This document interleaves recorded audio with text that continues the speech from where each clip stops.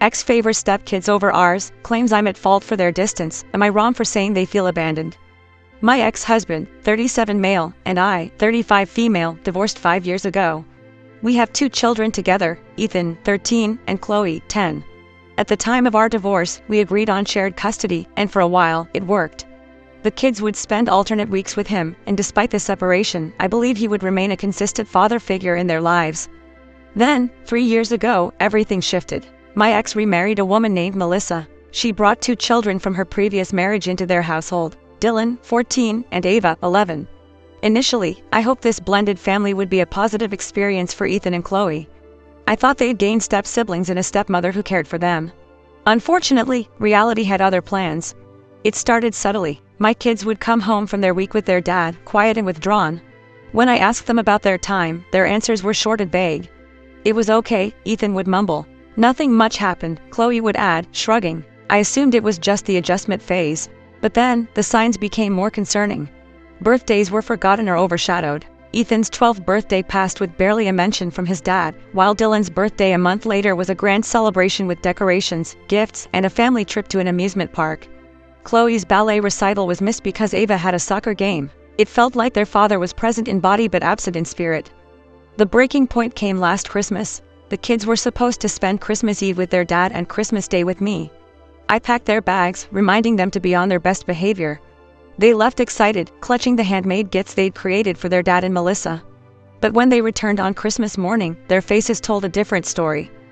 Chloe had tears in her eyes as she handed me a wrapped box. "We didn't get to give these to Dad," she whispered. "He was too busy." Ethan, usually stoic, sat on the couch staring into space, his hands clenched into fists. After they calmed down, they revealed that their gifts had been left under the tree, untouched. The focus of the evening had been on Dylan and Ava, who opened a mountain of presents while Ethan and Chloe were handed a single, generic gift each, gifts that felt like an afterthought. I tried to talk to my ex. I reminded him that Ethan and Chloe needed their father's attention just as much as his stepchildren did. He brushed me off, accusing me of trying to meddle in his new family. "They're fine," he said dismissively. "You're making a big deal out of nothing." But it wasn't nothing. Ethan started skipping visits, pretending to be sick or claiming he had too much homework. Chloe followed suit, suddenly unwilling to pack her bag when her dad's week rolled around. The once excited anticipation they had for spending time with their father was replaced by dread. A month ago, during one of our co-parenting discussions, I brought up the issue again. "The kids feel neglected," I said firmly. "They think you've replaced them with Melissa's children." His response was defensive. "That's ridiculous. They're just being dramatic. You're the one filling their heads with this nonsense." I was stunned. "I haven't said anything to them. They feel what they feel because of how they're treated." He scoffed, leaning back in his chair. "Maybe if you weren't so bitter, they wouldn't act this way. You poisoned them against me."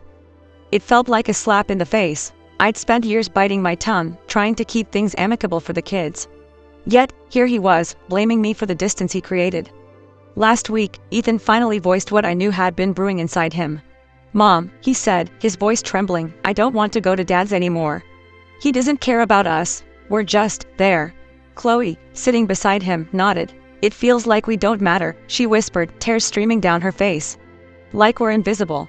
My heart shattered. I hugged them, reassuring them that their feelings were valid. Later that night, I texted my ex, explaining what the kids had said and how deeply it affected them. His response was infuriating. "You need to tell them to stop being so selfish.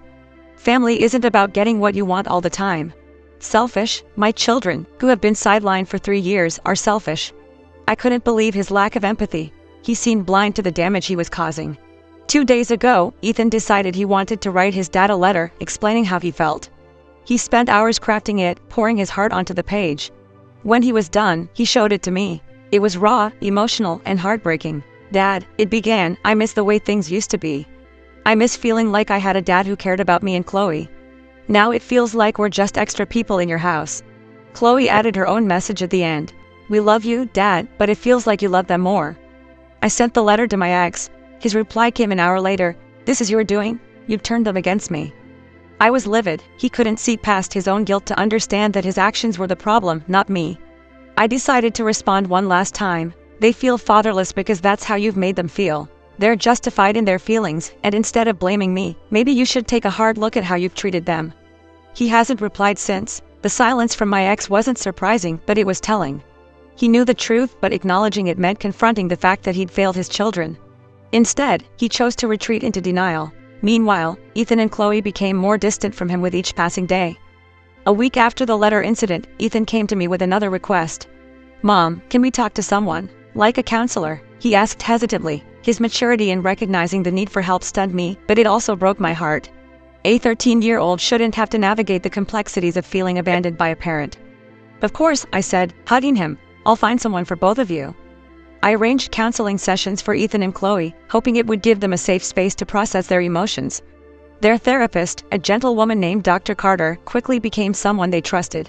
After a few weeks, Dr. Carter invited me in for a session. "They're carrying a lot of pain," she explained. "Ethan feels responsible for protecting Chloe, and Chloe feels like she's competing for her father's love. They both fear that if they express their feelings too openly, it will push their dad further away." Tears welled up in my eyes. I've tried talking to him, but he doesn't listen. He thinks I'm the problem. Dr. Carter nodded sympathetically. "Unfortunately, denial is a common reaction. But what's important now is making sure Ethan and Chloe know they're not at fault. They need to feel heard and valued, even if their father isn't providing that right now." I left that session determined to do more for my kids. I began spending more one-on-one time with each of them. Ethan and I started hiking on weekends, something he'd always enjoyed. Chloe and I began baking together, filling the house with laughter and the comforting smell of cookies. Slowly, I saw glimpses of the light returning to their eyes. But despite my efforts, the absence of their father's presence still loomed. Every phone call from him was strained, every missed event a fresh wound.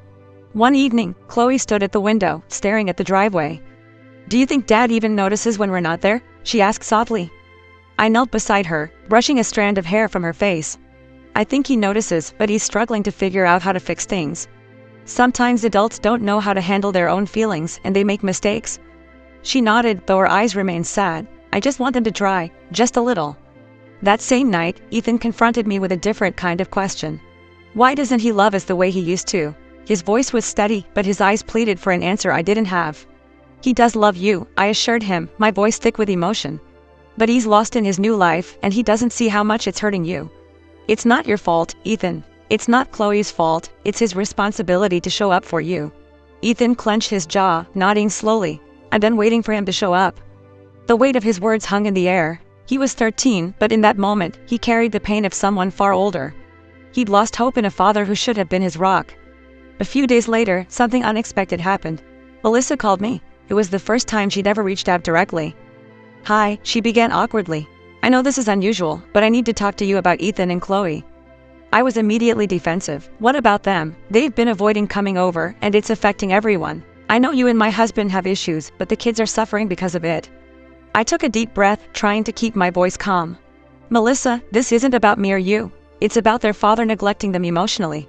They've felt pushed aside for years. They don't want to come over because they feel invisible." There was a long pause on the other end. Finally, she sighed. "I didn't realize how bad it was. I thought they just needed time to adjust." "They've been waiting for 3 years, I said, my voice cracking. "Time isn't the issue anymore, effort is." Melissa was quiet for a moment before responding. "I'll talk to him. He needs to hear this from someone other than you." I wasn't sure if anything would change, but at least someone else saw the problem. Maybe hearing it from Melissa would make him realize how much he was losing. 2 weeks passed without much change. Then, one evening, my phone buzzed. It was a text from my ex. "I want to talk. Can I come over?" I hesitated before replying. "Fine, tomorrow at 7. The next evening, he showed up at my door. His face was drawn, his eyes shadowed with regret. I led him to the living room, where we sat in tense silence. I read the letter again, he began, his voice low. "I didn't really see it the first time. But, they're right, I've been a terrible father." I crossed my arms, waiting for him to continue. I thought blending our families meant giving everyone equal attention, but I realized now that I wasn't equal. I was absent for Ethan and Chloe, and I blamed you because it was easier than admitting I failed them. His words hung in the air, a confession I'd waited years to hear. "I don't know how to fix it," he admitted, looking at me for guidance, "but I want to try." I exhaled, feeling a mix of relief and frustration. "It's not about words, it's about actions. You need to show them you care, consistently, not just when it's convenient." "I'll start this weekend," he promised. "I'll cancel the plans with Dylan and Ava. It'll just be me, Ethan, and Chloe." It was a small step, but it was a start. Update. It's been a month since my ex made that promise, and while things aren't perfect, there have been significant changes. True to his word, he spent that first weekend with Ethan and Chloe alone. I was skeptical at first, thinking it might be a one-time effort, but he surprised me. He picked them up on Friday evening and brought them to a cabin by the lake, a place they used to visit as a family before the divorce. Chloe was hesitant at first, clinging to me at the door. "What if he ignores us again?" she whispered.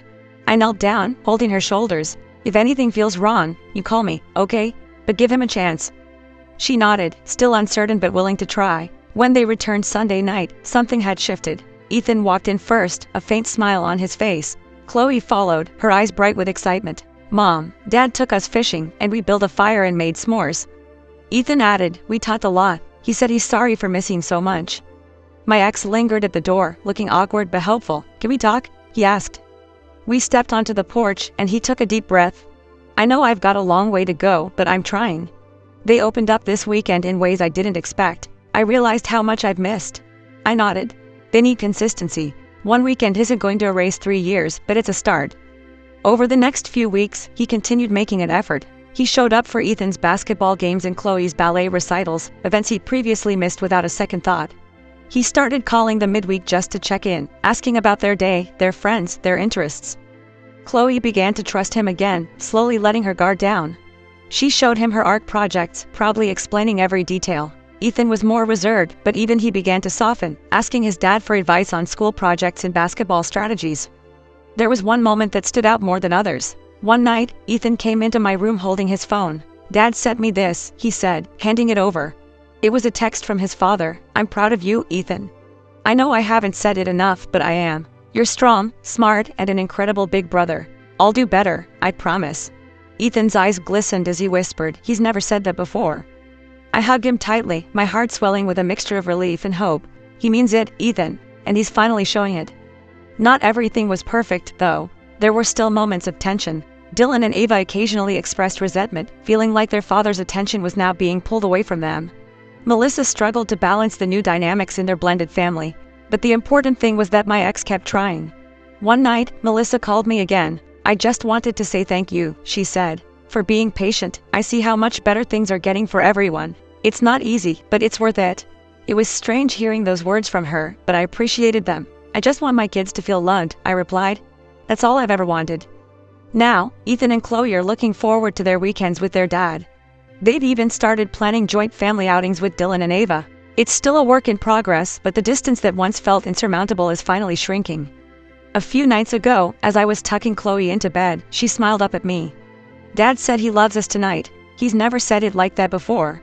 I brushed her hair back and kissed her forehead. "He's learning, sweetheart, and you're helping him." Ethan, standing in the doorway, added quietly, "It feels like we have a dad again." Hearing those words made every hard conversation, every tear-filled night, and every moment of doubt worth it. This journey isn't over, but we're finally moving in the right direction.